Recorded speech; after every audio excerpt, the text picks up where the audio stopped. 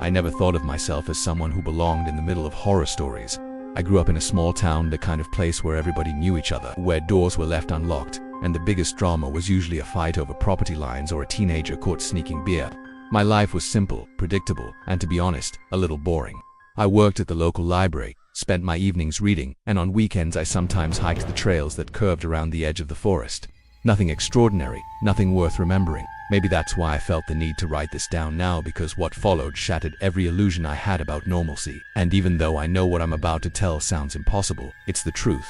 At least, it's my truth. If I don't write it down, I fear I might lose myself completely to the shadows that have already taken so much from me. My days always began quietly. The alarm clock rang at 7. I'd make coffee, black, the way my father used to drink it. I'd butter some toast, sometimes fry an egg, and eat while staring at the newspaper, pretending the headlines mattered more than the silence of my house. I lived alone, though not by choice. My parents had died years ago in a car accident, and I never married, never had kids. My only real company was a dog, an old mutt named Milo, who followed me everywhere and wagged his tail like I was the most important person in the world. Looking back now, I wonder if Milo knew before I did that something in me was changing, that something was coming. The first time I noticed anything unusual was on one of those evening hikes. The forest had always been a place of comfort for me, a refuge from the stale smell of old books and the hollow chatter of library patrons. But that evening something felt wrong. The air was heavier, thicker, as if the trees themselves were holding their breath. Birds, which usually darted between the branches, were absent. The only sound was the crunch of my boots against the dirt trail. And then I heard Italo's distant howl. It wasn't unusual to hear animals in the forest, but this sound was different. It wasn't the bark of a coyote or the cry of a stray dog. It was deeper, guttural, something that seemed to vibrate through the marrow of my bones. I froze. Milo, who had been sniffing at the undergrowth, stopped and raised his head, ears stiff, eyes fixed on the shadows between the trees. For the first time in years, I felt genuine fear in that forest. I told myself it was nothing, maybe a wolf that had strayed far from its usual territory, though wolves hadn't been seen in this area for decades. I forced myself to keep walking, my hands sweating despite the cool evening air, my pulse quickening every time the underbrush rustled. When we finally returned home, I locked the door, a habit I had never bothered with before, and spent the rest of the night listening for sounds outside my window. The days passed. Life returned, at least on the surface, to normal. Work, meals, books, the occasional chat with a neighbor across the street. But inside me, something had shifted. I couldn't shake the memory of that howl. It replayed in my head at random times while shelving books, while brushing my teeth, while half asleep at night. It wasn't just a sound. It was a presence, one that seemed to have followed me out of the forest. Then came the dreams. At first, they were vague and disjointed. I dreamed of running, though I wasn't myself. My body felt stronger, faster. I could smell the earth, the blood in the air, the fear of prey hidden in the dark. Sometimes I woke with my heart hammering, the taste of iron on my tongue, as if I had bitten something raw. Milo would sit at the edge of the bed, watching me with wary eyes, whining softly like he didn't recognize me. One night, the dream grew more vivid. I stood in a clearing lit by a swollen pale moon. The trees bent toward me as if bowing. In the center of the clearing was a figure, massive, hunched, its eyes glowing yellow. I couldn't see its face clearly, but I felt its gaze pierce me. It didn't move, not at first. It simply watched, and the weight of its stare pressed against my chest like a physical force. Then, suddenly, it lunged. I woke screaming, drenched in sweat, Milo barking frantically. I tried to rationalize it. Stress and overactive imagination fueled by late-night horror movies I sometimes played in the background, but deep down, I knew the dreams weren't just dreams. They were warnings. The strangest part came during the day. My senses began to sharpen. I noticed smells I had never paid attention to before: the metallic tang of coins in my pocket, the musky odor of fear on a student who came to the library to study, the faint perfume worn by my neighbor even before she stepped onto her porch. My hearing changed too. I could catch conversations across the room, hear the hum of electricity running through the library lights. At first it felt like a gift, some odd enhancement of perception, but quickly it became overwhelming. Every sound was too loud, every scent too strong, every light too bright. I didn't tell anyone who would believe me. Instead, I withdrew, spent more time alone. Even Milo seemed unsettled by my presence, often growling softly when I walked into the room, something he had never done in all the years we'd been together. And then came the night that changed everything. It was a Friday, early autumn, the air crisp and filled with the scent of fallen leaves. I decided, against better judgment, to hike again. Something in me needed to return to that forest. I told myself I was just trying to face my fears, to prove that nothing was out there. But the truth was, I felt drawn, pulled by an invisible thread into the darkness of the woods. The trail was empty, the world around me silent except for the crunch of leaves beneath my boots. The deeper I went, the stronger the feeling became that I wasn't alone. My skin prickled, my heartbeat drummed in my ears, and then I heard it again. The howl, closer this time, Milo wind tugging at the leash, but I stood frozen. The sound wasn't just near, it was all around me, echoing from every direction, rising and falling like a chorus of beasts. My breath caught in my throat as I turned, searching the shadows between the trees. And that's when I saw them, eyes yellow, burning, staring from the darkness. I can still feel the way my stomach dropped, the way my body screamed at me to run, though my legs refused to move. Milo barked, snarled, but I barely heard him over the pounding of my own heart. The eyes blinked once, twice, then disappeared into the shadows, leaving me trembling in the middle of the trail. I ran that night. I don't remember how far, don't remember the path, only the blind panic that pushed me forward until I burst out of the trees, lungs on fire, legs shaking. Milo was beside me, panting, his fur bristled like needles. When I got home, I locked the doors again, double-checked the windows, sat in the dark with every light turned off, listening, waiting, knowing that whatever had looked at me in that forest was not finished with me. That was the beginning, the start of something I can't undo. And deep down, I think a part of me already knew then. My life, my body, my soul, they were no longer mine alone. I tried to convince myself that what I had seen in the forest was just a trick of the eyes. Fear plays cruel games with the mind, I told myself. The glow of an animal's eyes reflecting moonlight. Nothing supernatural, nothing to lose sleep over. But no matter how much I tried to rationalize, deep down, something inside me whispered the truth. I had been watched, measured, chosen. The following days were a blur of anxiety. I jumped at every sound, flinched when someone brushed past me, scanned every shadow as if expecting to see those yellow eyes staring back. Milo refused to step foot near the forest anymore. Whenever I tried to coax him toward the trail, he whined and dug his paws into the dirt, shaking his head violently until I gave up. His instincts were clearer than mine, and I should have listened. But curiosity or maybe fate drove me back. It was a week later, another Friday evening, when I made the worst decision of my life. The sky was swollen with clouds, the kind that threatened a storm but never released it. The air smelled metallic, like ozone and wet soil. I told myself I needed closure. I couldn't keep living in fear of something I couldn't explain. If I went back to the forest and found nothing, maybe the nightmares would stop. I left Milo at home. He barked and howled as I closed the door behind me, his voice frantic, desperate, as though he knew I was walking into a place I would never return from unchanged. The trail was darker than I remembered, swallowed by shadows even before night fell. The silence was suffocating. No birds, no rustle of small animals. Just me, my breath, and the crunch of dead leaves under my boots. Half an hour in, I began to regret it. The path felt endless, each step dragging me deeper into a place where the world of the living seemed to thin. My skin prickled with a sense of being watched, but when I turned, nothing was there. My flashlight beam cut through the trees, revealing only trunks and branches twisted like skeletal arms. Then came the smell. At first it was faint neon, coppery like rust, then stronger, blood. The stink of it coated the back of my throat, thick and metallic. My stomach lurched. I followed it against my better judgment until I stumbled into a small clearing. That's when I saw the carcass.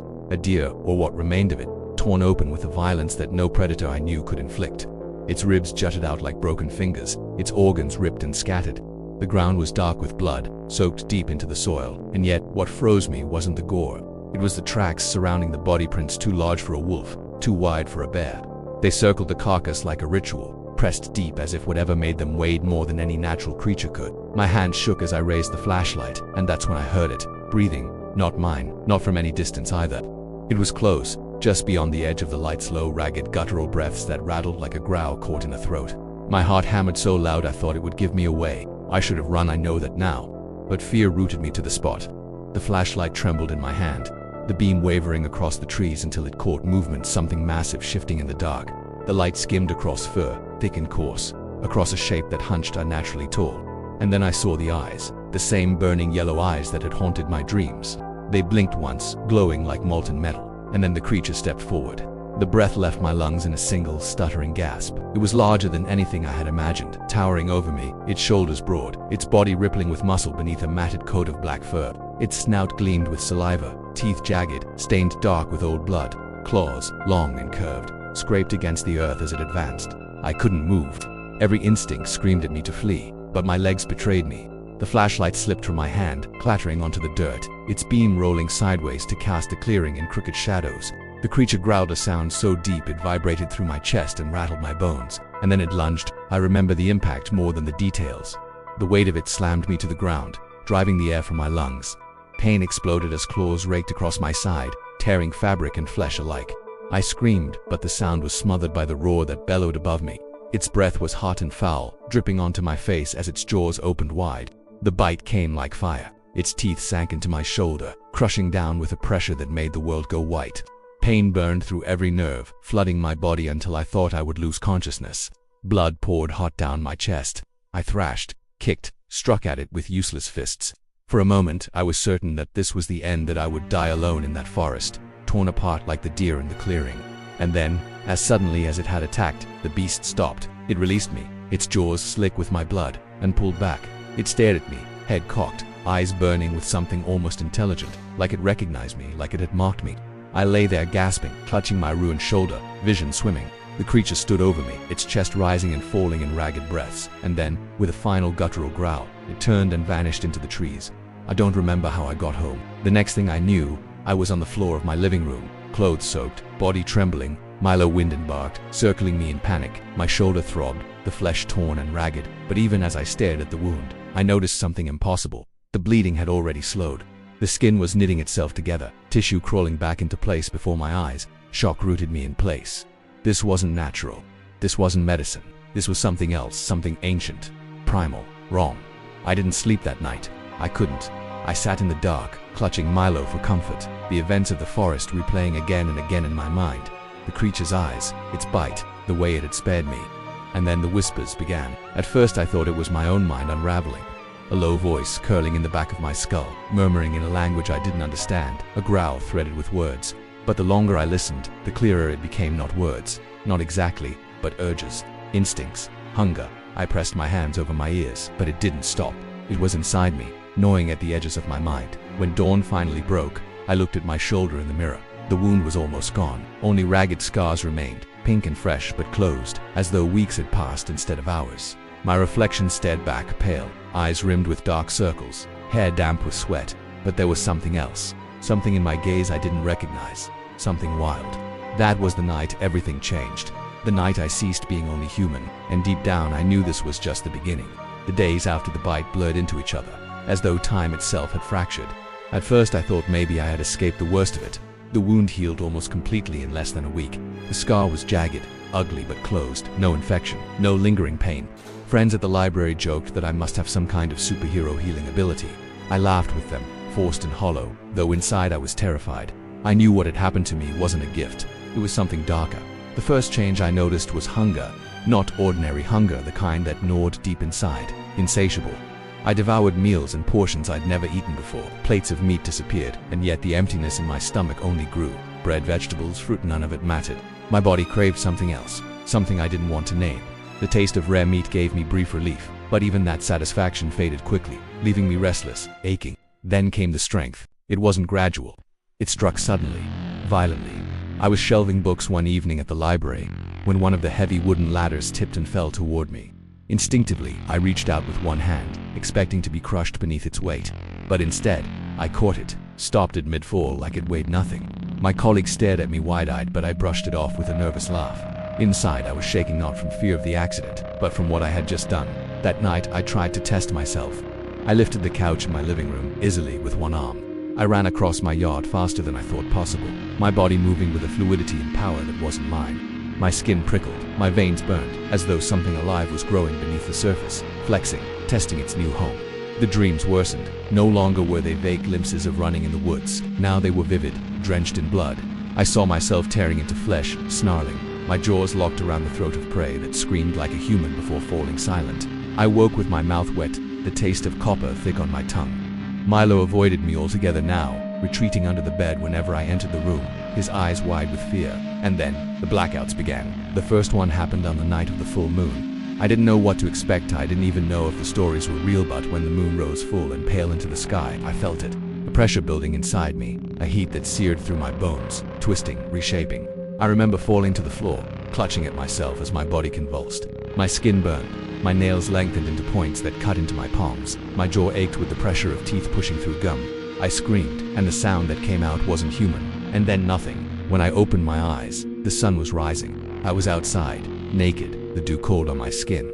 My body ached, every muscle sore, my hands and face streaked with dried blood. I stumbled to my feet in confusion, shame burning hot in my chest. Then I saw the ground around me, prints, enormous prints, clawed leading into the woods. My stomach churned as I followed them for only a few steps before I saw it. Scraps of torn clothing, soaked in blood, and something worse. A shoe, small, child-sized. I vomited until bile burned my throat, until my body shook with sobs. I told myself I didn't know whose it was, that maybe it had been here for days, weeks even, but I knew better. Deep inside, I already understood. The beast inside me had taken control. I locked myself in my house for days after that. I boarded the windows, chained the doors, anything to keep myself contained. I told my boss I was sick, ignored knocks from neighbors, ignored the cries of Milo scratching at the bedroom door. But hunger clawed at me, stronger each night, pulling me toward the woods.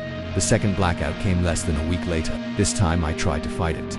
I strapped myself to the bed with belts, tied knots until my hands blistered, prayed that whatever force had overtaken me couldn't break free. The moon rose again, swollen and bright, and my body convulsed with the same fire. My skin split, bones cracked, my vision burned red. I screamed and thrashed against the restraints until the leather snapped like thread. Darkness. When I woke, I was covered in blood again. But this time, there was no shoe, no scrap of fabric. Instead, there was a body, a man from town, or what remained of him. His face was torn. Unrecognizably, his chest ripped open, ribs shattered. My stomach heaved, but there was nothing left inside me to throw up. I stumbled backward, shaking, until I collapsed onto the ground, sobbing like a child. I couldn't deny it anymore. I wasn't just cursed. I wasn't just infected. I was becoming something else. The whispers grew louder. Day and night, they filled my head, guiding me, taunting me. Run, hunt, feed. My senses sharpened further, unbearable now. I could hear every heartbeat around me, smell the sweat of strangers, taste their fear from across the street.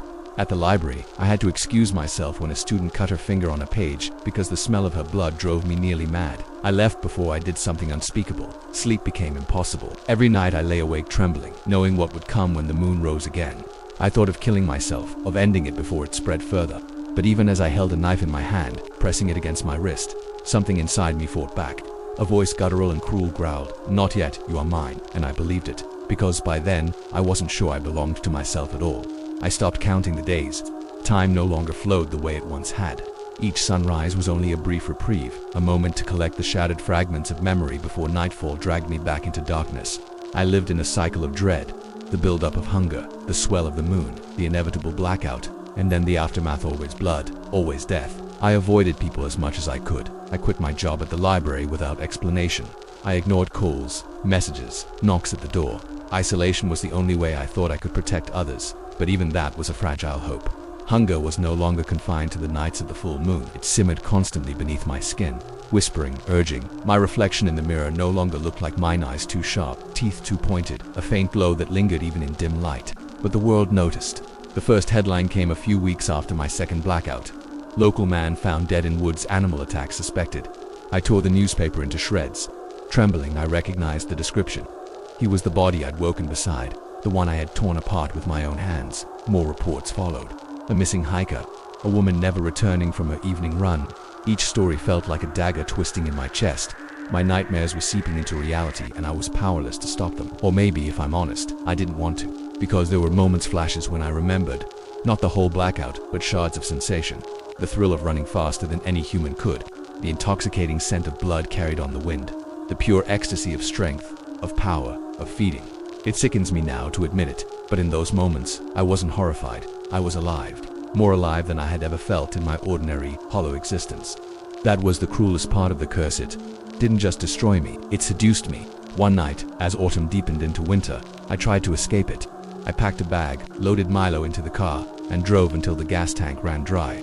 Far beyond the town, beyond the familiar woods, I found a deserted cabin and locked myself inside, determined to end the cycle.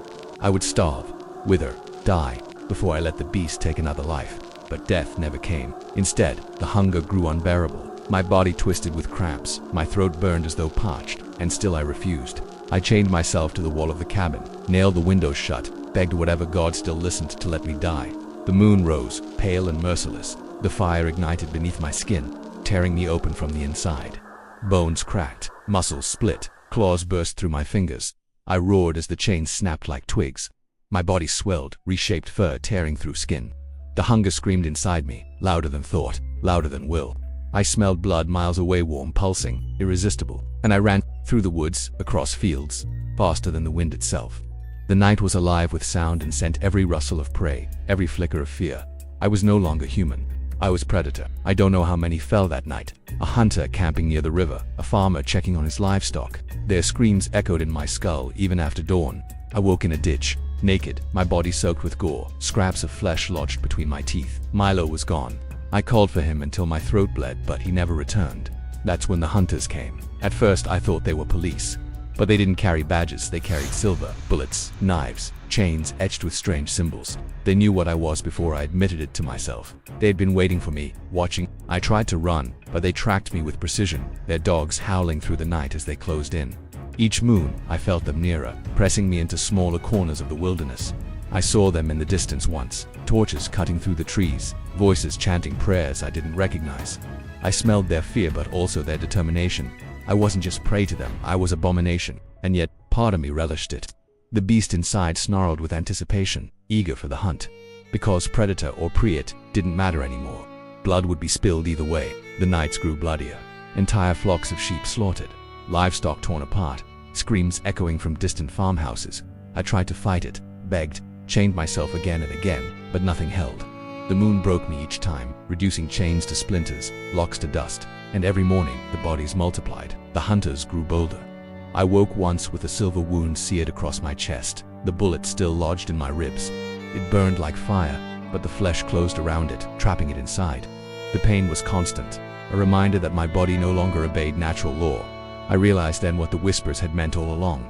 I wasn't meant to survive this, not forever. The curse was a cycle, ancient and cruel.